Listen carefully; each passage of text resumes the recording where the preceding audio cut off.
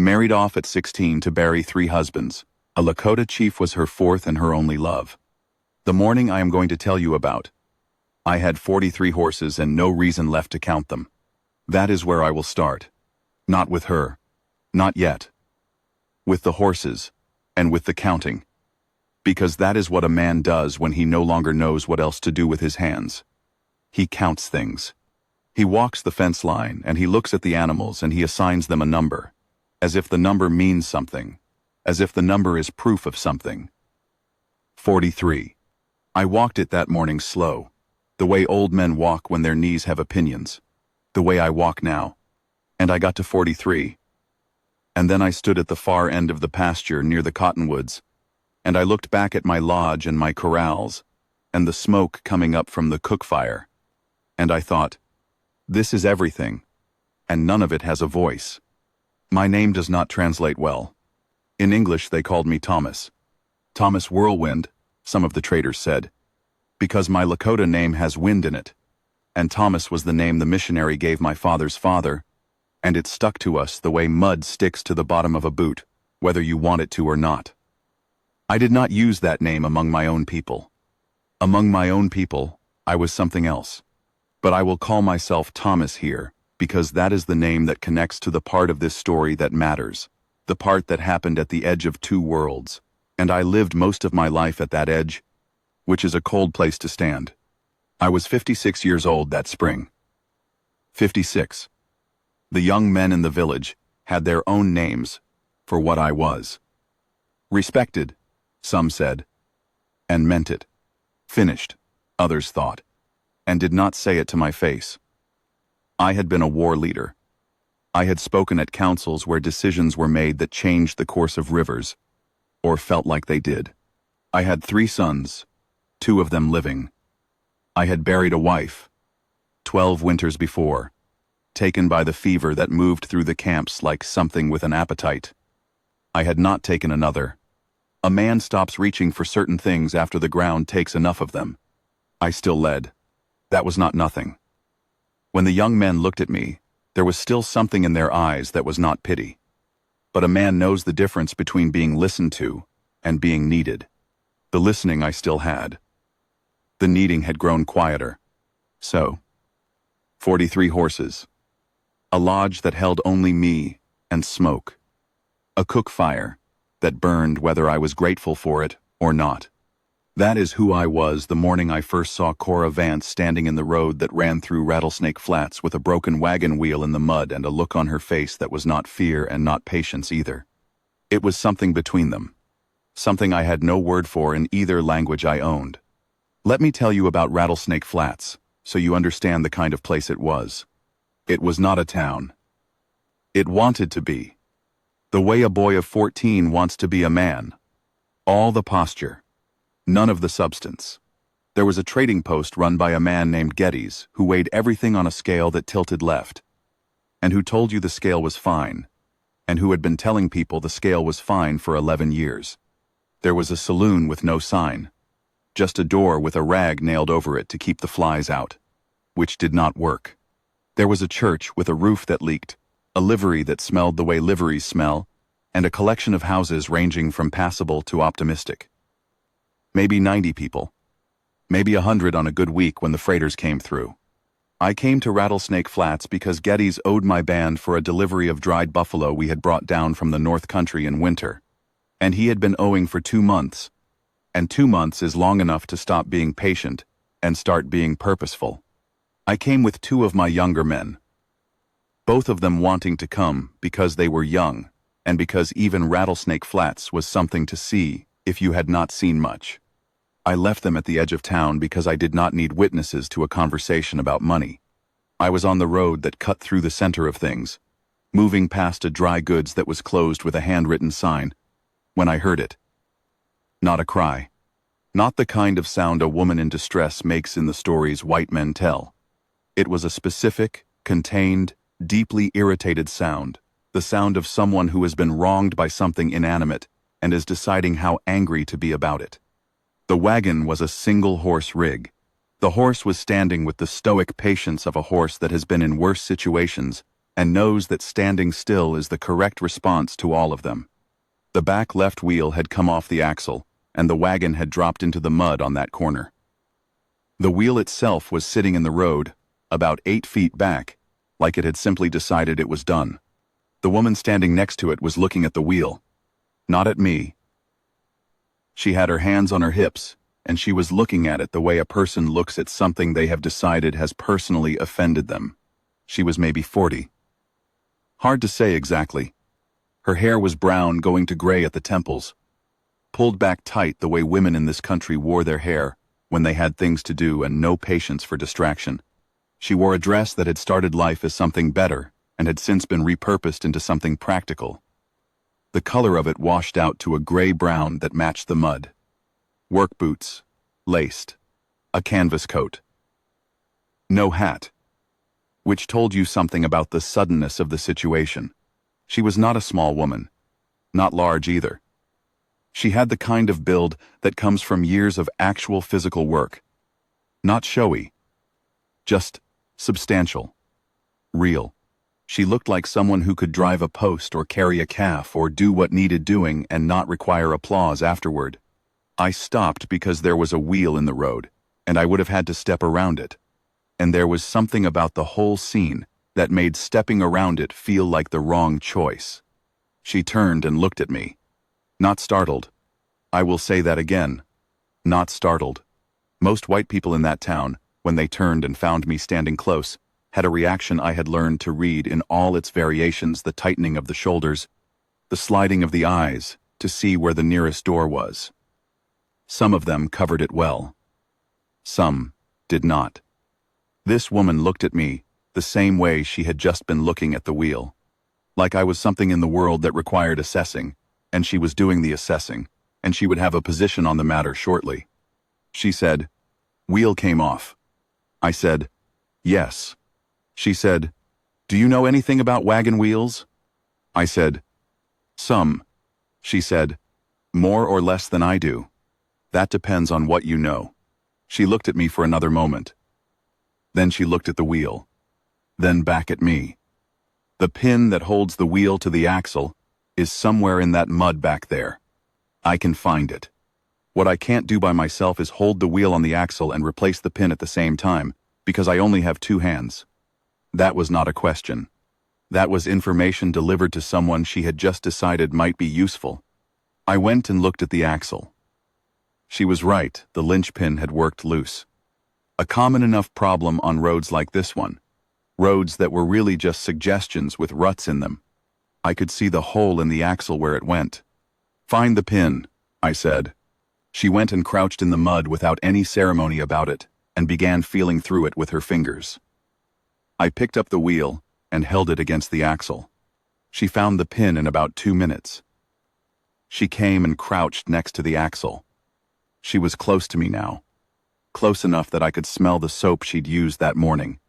Something plain, something that cut through the mud smell, and she slid the pin through and hammered it with the heel of her palm until it seated.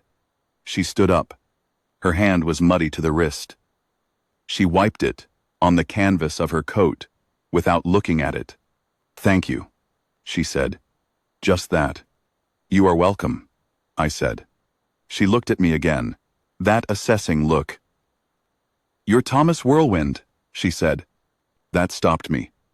"Geddes told me you'd be coming in today," she said. "About the buffalo debt." She said it the way you'd say, "About the weather?" or "About the road conditions."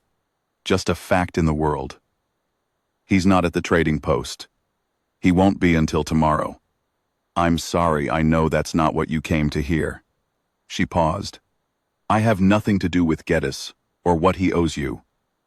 But I'm sorry for your time." She climbed up onto the wagon seat. Then she stopped and looked back down at me. "I'm Cora Vance. I run the Painted Rock." She named a ranch I knew by reputation east of town. Good grass, badly watered. "If you're here tomorrow, my offer stands." "What offer?" I said. Because she had not offered anything. She said, "I'll buy you a cup of coffee while you wait for Geddes to grow a conscience." He always comes around eventually. A pause. Usually takes till about 10 in the morning. She clicked to the horse and drove away, mud on her hands, straight back, eyes on the road ahead. I stood there a moment longer than I needed to. I stayed the night. There was no reason to ride back to my village and ride back again. And my 2 young men were already in the saloon by the time I decided, so I left them there with instructions not to get into anything they couldn't get out of. And I unrolled my blanket in the livery loft, which was warm and honest the way liveries are, smelling of hay and horses, and the specific sweetness of animal sleep. I lay there and I did not think about Cora Vance. I thought about the wheel, and the mud, and the fact that she had not been startled. I thought about that for a while. Then, I slept. In the morning, I went to Geddes' trading post and waited on the steps. At 10 minutes past 10, as predicted, Geddes arrived, slightly ashamed, and we conducted our business. And it was concluded within the hour, and I should have left. I went to the general store instead. Sat at the counter on a stool that creaked when I put my weight on it. The woman behind the counter, a thin Mrs. Hooper who had given up being nervous about me sometime in the last several years, poured me coffee without being asked and charged me 2 cents and did not attempt conversation, which I appreciated. I was on the second cup when Cora Vance came through the door. She looked at me, not surprised to find me there. "Geddes pay up?" she said. "He did." "Good." She ordered something from Mrs. Hooper. Flour, I think, in a quantity that said she was running a household with real mouths in it. While she waited, she sat on the stool 2 down from mine and she took her coffee and she did not say anything for a minute. Just drank. Then she said, not looking at me, "How long a ride back to your village?" 4 hours in good weather. "Today's good weather." "It is." She drank her coffee. "You don't have to stay on my account. I meant what I said about the coffee, but I also meant it like a courtesy, not a summons." "I know," I said. "All right," she said. We drank our coffee. Mrs. Hooper brought Cora her flour, and she paid for it, and she paid for my coffee without asking, and set 2 cents on the counter before I could speak. She looked at me when she did it, not defiant, not charitable, just even, like it was the obvious thing, and she saw no need to discuss it. She gathered her flour. At the door, she stopped. "I have a fence line down on the east pasture," she said. "2 men to do it is faster than 1, and I can pay in beef or in coin, your choice. I'm not asking because you need the work. I'm asking because you know what you're doing, and I've got 60 head that will walk through that gap before noon if nobody plugs it." She went out. I thought about it for a while. I went after her. That is how it started. Not with anything soft. With a fence line and a gap and 60 head of cattle with opinions about property lines.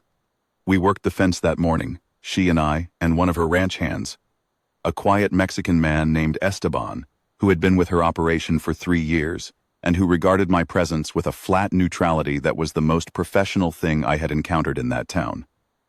We drove posts. We strung wire. We did not talk much, because the work had its own conversation, the kind where 2 people who know what they are doing move around each other without discussion, each reading what the other is about to need. At midday, she fed us. Not in the house, at a table outside, under a lean-to she'd built on the south side of the barn, where the sun hit longest. Beans, cornbread, salt pork, a pot of coffee that she refilled without tracking it. Esteban ate and went back to work.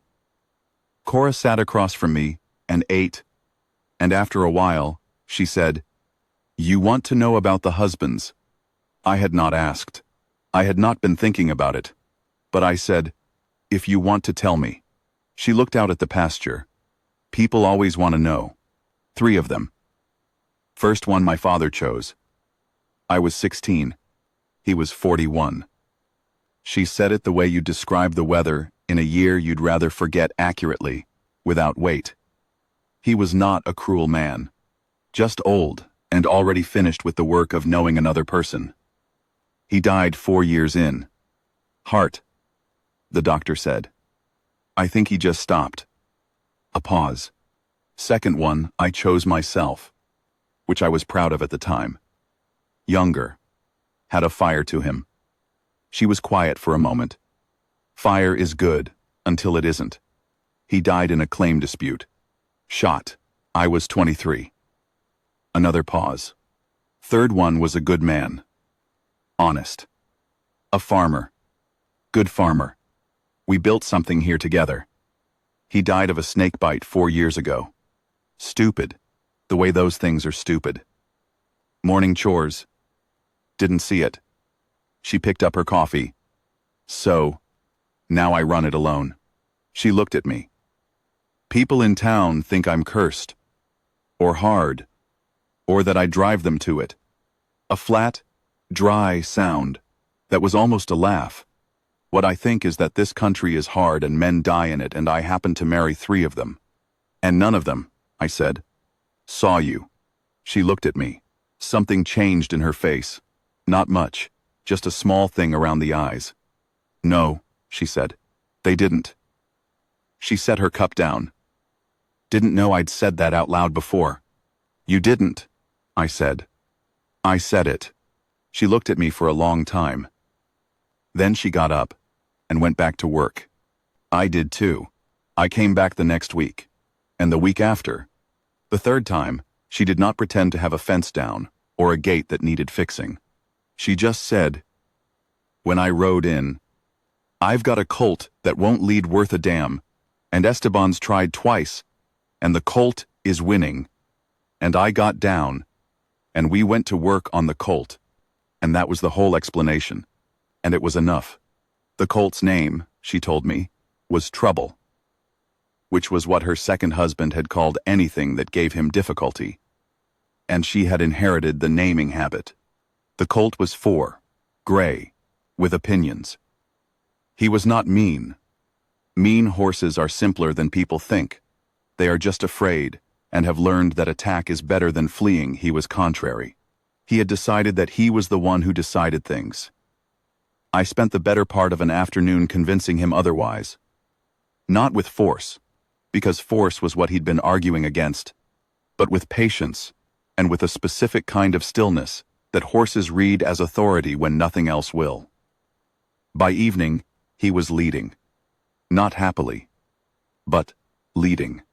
Cora watched most of this from the fence. Watching the way she always watched things she wanted to understand, not passively, but with the focused attention of someone taking notes in their head. When it was done, she said, "How long did that take you to learn?" "I am still learning it," I said. She thought about that. "That's the right answer," she said. "We are getting to the part where I tell you about the conversation at the table. But first, let me tell you something else, because it fits here, and because I want you to understand the whole shape of what was happening. I have in my life been around many different kinds of people. Lakota, obviously, the people I was born to and led.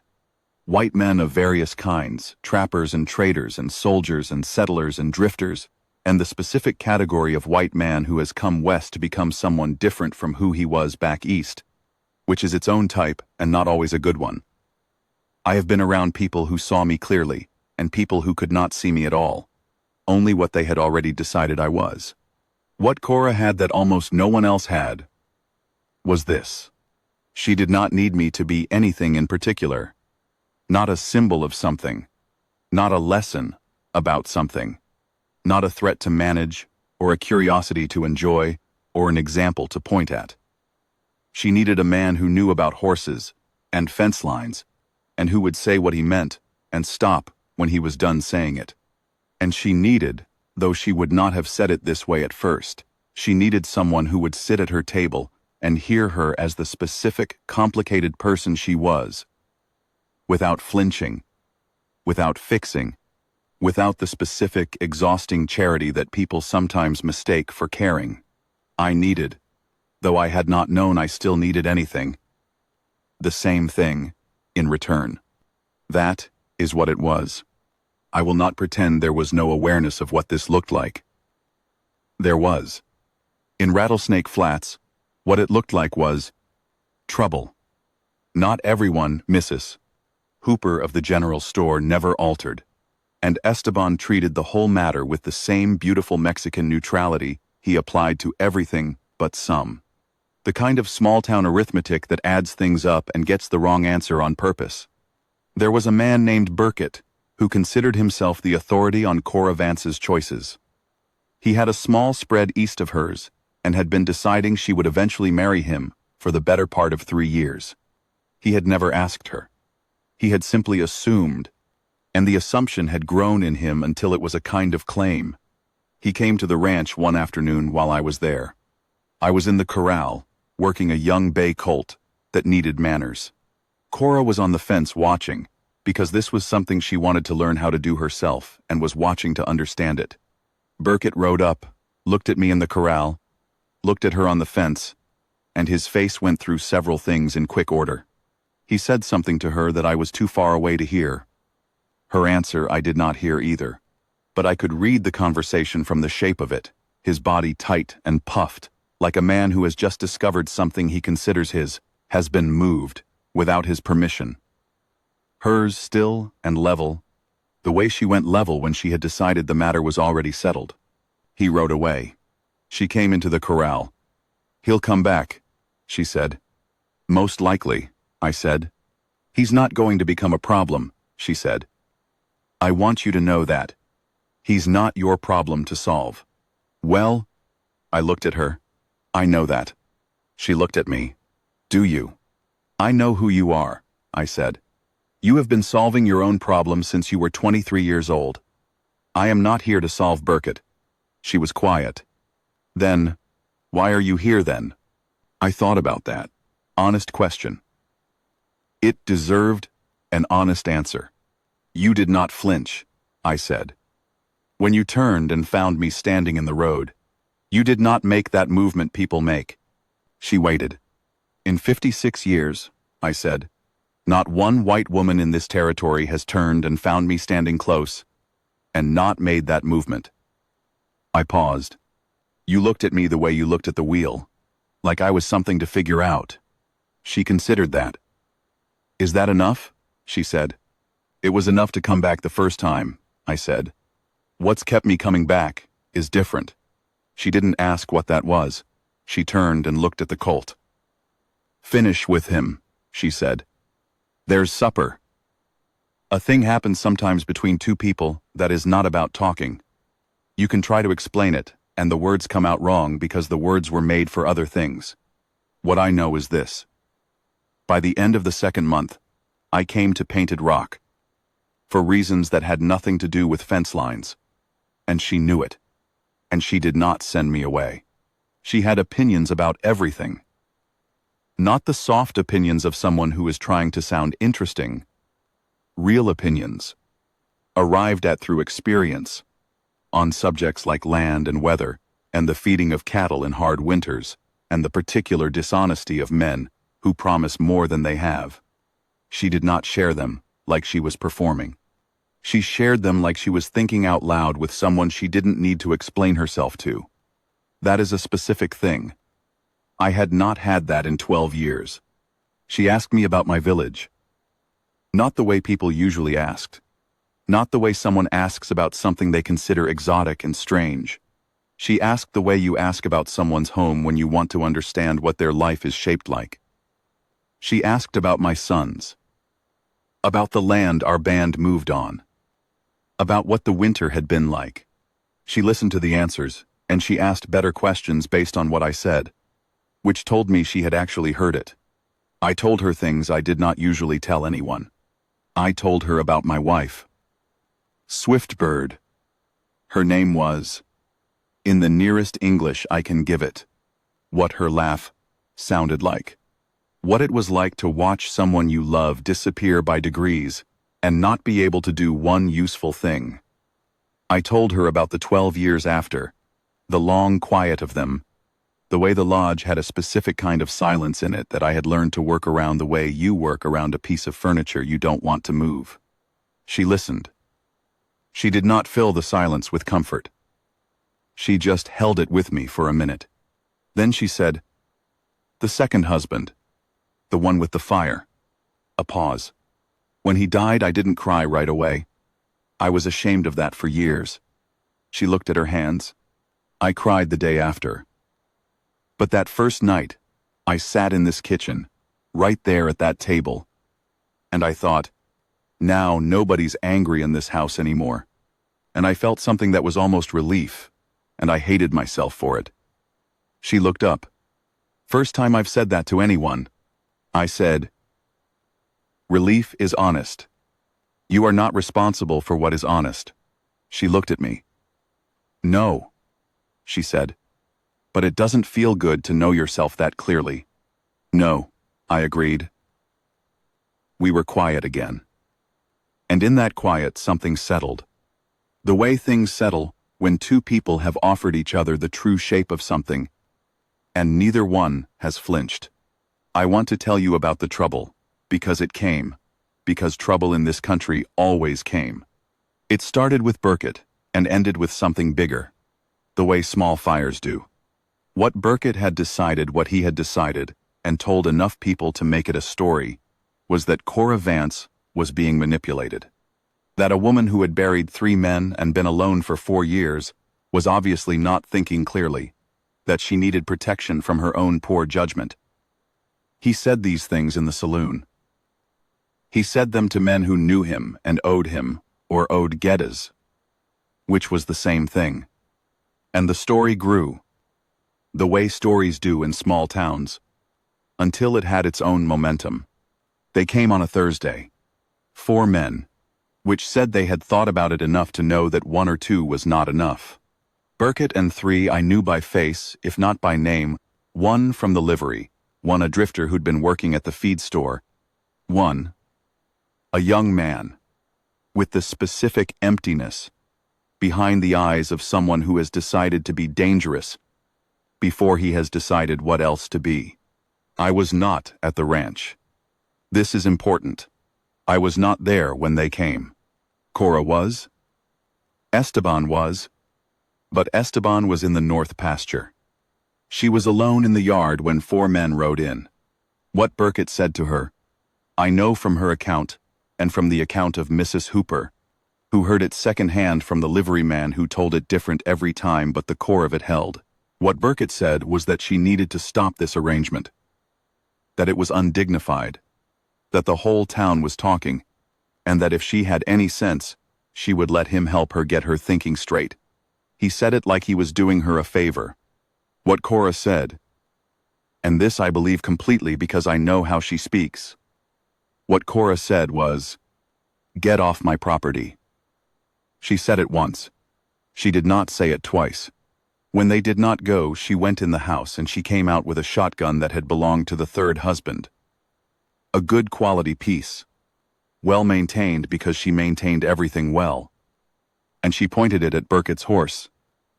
Not at Burkett, at the horse, which was specific and precise, and she said, "The next sound that comes from this gun will not be my voice." They left. She told me that night. She told it the way she told most things, with economy, without ornamentation. But near the end, there was something in her voice that was not fear and not anger either. Something tired, old. I said, "Are you all right? Today?" She said, "I'm always all right. That's the problem. I have been all right by myself for so long that people have decided I'm not a person anymore. Just a condition." She paused.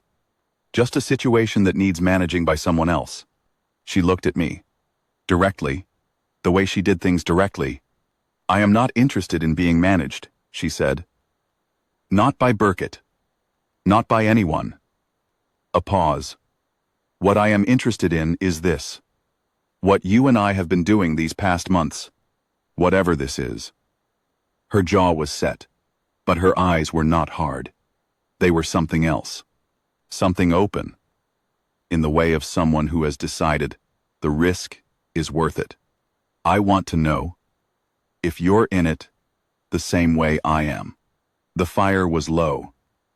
Outside, the horse in the near corral was moving. A slow sound of hooves on dirt. The lamp on the table threw a circle of yellow light, and she was in the middle of it, looking at me the way she had looked at the wheel that first day. Except this was not assessment.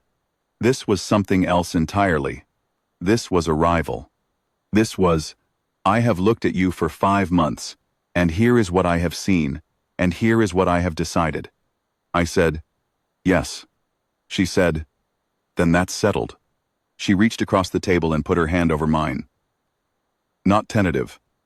Not fragile. Just plain and solid and real. The way everything she did was real. And her eyes stayed on mine. And in them I saw the thing I had stopped expecting to ever see again. The thing that says, you, specifically. Not a man. Not a chief. Not an archetype of something. You. The one sitting here. I see him, and I am choosing him. I don't have another word for what I felt. The closest I can get is this. Like something that had been held closed for 12 years opened. Quietly. Without ceremony. Just opened. We were not naive about what came after. After is its own country. And it has its own weather. There were people in Rattlesnake Flats who left us to it. And more of them than you would expect from a place like that. Mrs. Hooper. Who poured coffee without comment, and that was comment enough. The pastor of the leaking church, a man named Ridley, who had the specific theological position that what was between two people and God was between two people and God. And that was the end of his jurisdiction. Esteban, who simply kept working, which was his version of endorsement, a few others. There were people who were not those people. Burkett did not come back to the ranch, but he carried his position like a flag into every conversation he had in that town, and there were enough people willing to hear it that it had weight. My own people. That is its own conversation, and I will not compress it into a small space because it deserves more than that. I will say this. Among the Lakota, the question of a chief taking a white wife had edges to it that cut in more than one direction.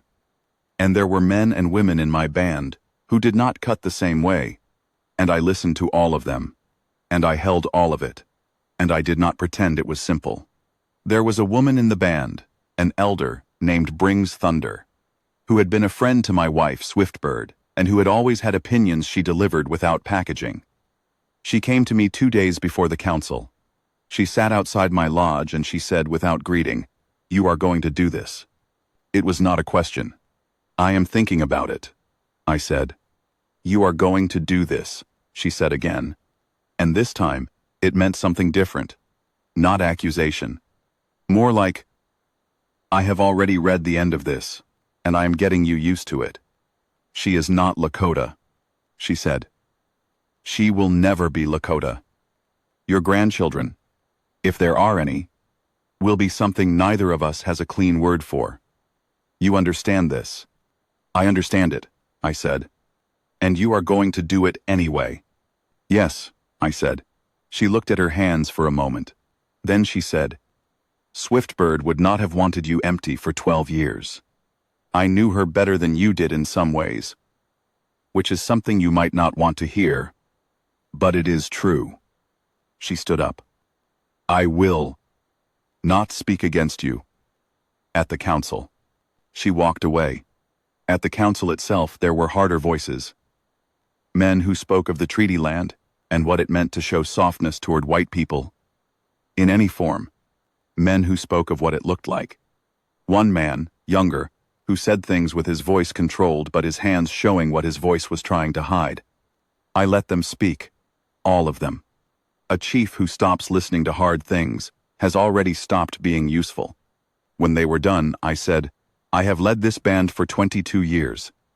I have not led it perfectly.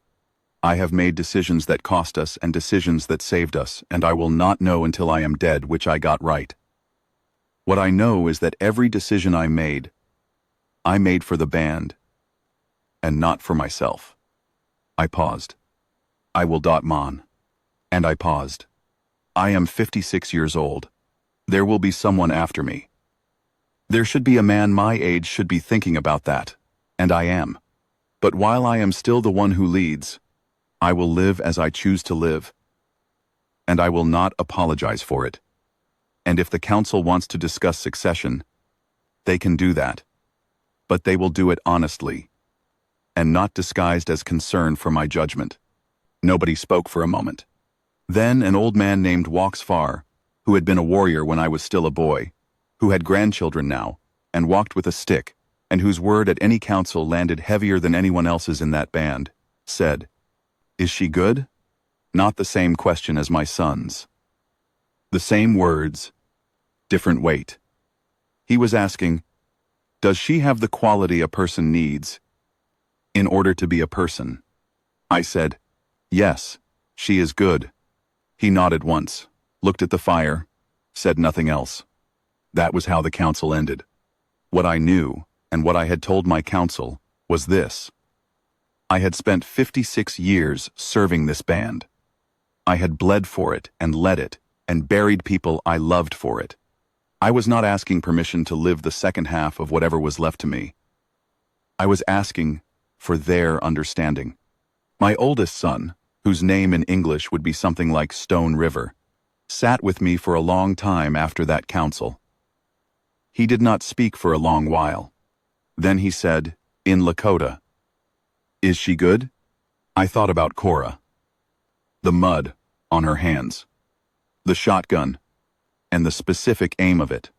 The first time she laughed, really laughed, at something I said, not a polite laugh. A sudden one. Surprised out of her. About something that happened with one of the colts, and she had laughed, and then looked slightly annoyed at herself for laughing that hard, and then she had laughed again. I said to my son, "She is the most honest person I have encountered in 30 years. He was quiet again. Then, good. That was my oldest son. My younger son, whose name I will not translate, took longer. He is a story for another day. We married in the late fall. I say married because there is no better word in English, though what we did had elements of Lakota ceremony and elements of frontier practicality, and almost none of the church, which suited both of us, because neither of us had a special relationship with institutions. What I remember of that day is not what people usually remember. I remember the cold. It had come early that year. The kind of October cold that has winter in the back of it. And the grass was already going brown. And there was ice in the water trough in the morning that I broke with the heel of my hand. I remember Cora's dress, which was not white, she had pointed out, with characteristic flatness, that she had already used every right she had to white but a deep blue, the color of high sky in late afternoon, and how it made the gray at her temples look like something intentional, something she'd decided. I remember Esteban, who wore his best shirt and who shook my hand with both of his and said something in Spanish that I did not entirely understand, but that had the shape of a blessing.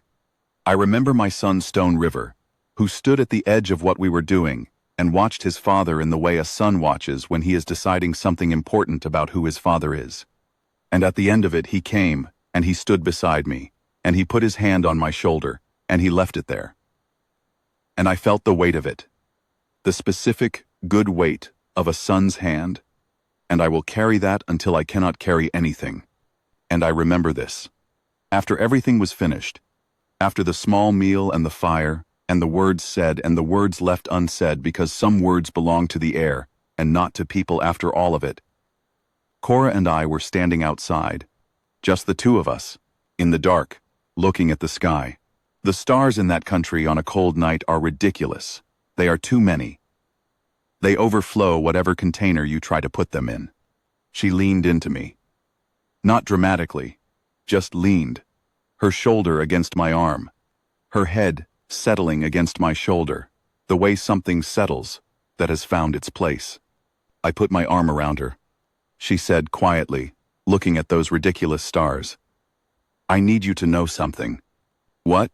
I said. "I have not needed anything from a man in 20 years. She paused. "I don't mean I need you to work my fence or deal with my cattle. or protect me from Burkett. Another pause. I mean, I need the specific person you are. I need your particular way of being quiet. I need the way you say exactly what you mean and then stop and leave room for me to say what I mean. I need the way you looked at me when I told you about how I felt when the second one died. And you didn't make it smaller, and you didn't make it bigger. You just let it be the true thing it was. She looked up at me. I have been seen wrong my whole life, she said. Seen as a problem to manage, or a prize to acquire, or a widow to pity, or a strong woman to admire from a safe distance. Her voice was level, but there was something underneath it that was not level, something that had been waiting a long time for the right place to land. You see me. The actual me. I don't know why or how, but you do. And I wanted you to know that I know that. And that it is the thing that matters most to me. More than the ranch, or anything else I have built, or will build. She looked back at the sky. That is what I wanted to say. I held her tighter. There are no words in Lakota or English for what I felt. I have tried to find them. This is the closest I can get. I felt that I had been a long time in a country without landmarks. And someone had said, "Here, this is the place." And it had turned out to be real. We stood there until the cold got real opinions, and we went inside. I want to tell you one more thing. One more, and then I am done. The following spring, Burkett and 2 other men tried to run some of our horses off. Night raid quiet, ugly. The kind of things small men do when they have decided their pride requires action but are not brave enough for daylight. They got maybe 8 horses out of the pasture before I heard them. I will not make a long story of the next part. I was 57 years old and some of the quickness had gone from my knees. But I knew those horses, and I knew that land in the dark. And I got 2 of them back before the sun rose. Burkett and his men got away. But they got away without the horses, and with the understanding that they had been seen, which in that country was enough to end the particular business. The thing I want to tell you is not the raid. It is the morning after. I came back at dawn. Rode in with the 2 horses, wet and cold and with mud to my knees, and Cora was at the gate. She had been up all night, I could see it on her. She had the shotgun, but she'd propped it against the fence post because she knew I was coming. She had heard the horses. She was just standing there. I rode in. Got down. The horses went to the water trough. Crew. She looked at me for a long time. Not saying anything. Just looking at me with those eyes that I had come to know like I knew the stars, not because they were obvious, but because I had spent enough time learning them. Then she walked to me and she put both hands on my face. Not a kiss. Just her hands, cold from the night air, on either side of my face. She looked at me. She said, "You're here."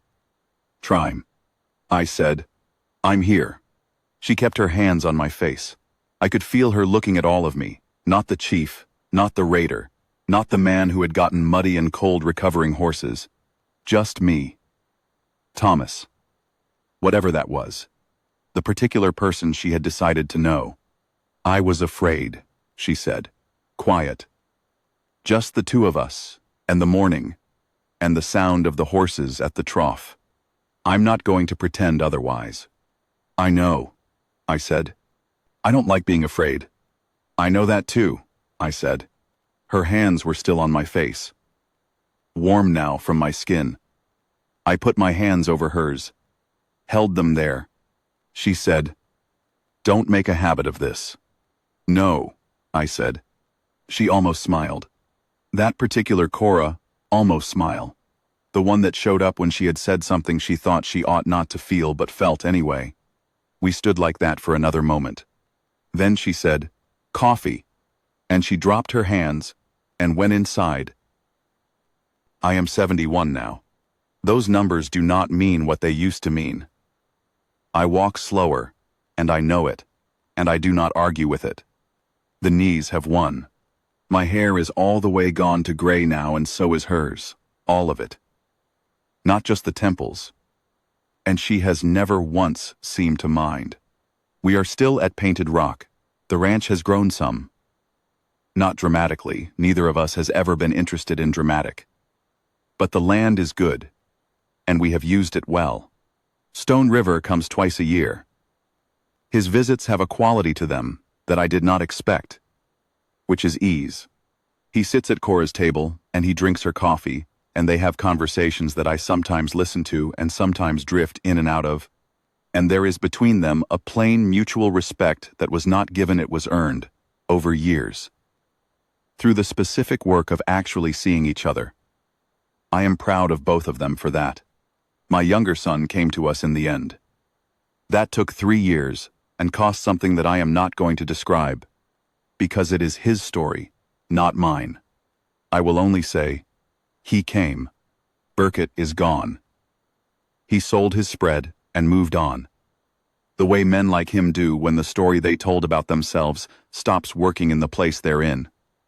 I do not know where he is. I do not think about him. What I think about, what I have thought about on every morning that I have walked this land for the last 15 years, is this. That morning on the road. The wheel in the mud. That particular sound she made. The contained and personal exasperation of a woman who has been wronged by something inanimate. The way she turned and looked at me. No flinch. Just, who are you, and what do you know about wheels? And is it more or less than I do? I spent 56 years in this world being many things to many people. A chief, a threat, a curiosity, a problem, a reminder of something people wanted to forget, occasionally an inconvenience, occasionally a resource. I was seen in all those ways, and I lived inside all of them, and I made my peace with most of them. What I was not, for 56 years, was simply a man. Just a man, standing in the road, who might know something useful about wheels. She gave me that. She gave it the way she gave everything, without ceremony, without softness, without any particular awareness that she was giving anything at all. Just, here is how I see what's in front of me. You. The actual you. The particular you. She is inside making breakfast. I can smell it from here. Coffee first. Always. Then whatever comes after. In a few minutes she will come to the door and she will not call me in. She will not have to. She knows I can smell it and she knows I'll come. And I will. 43 horses once. I stopped counting them years ago. What would be the point? There is smoke coming up from the chimney. There is frost still in the grass on the north side of the barn. There is a woman inside who, in 23 years, has never once made me feel like a problem, or a condition, or a thing to be managed. Who has seen me wrong? Never. Not even once. Not even on the bad days we have both had. Who has chosen me, daily, in the plain and unceasing way of someone for whom the choice was settled a long time ago and requires no revisiting. The frost will be gone by mid-morning. The horses are out in the east pasture, moving slow the way they do in cold. I'm going in.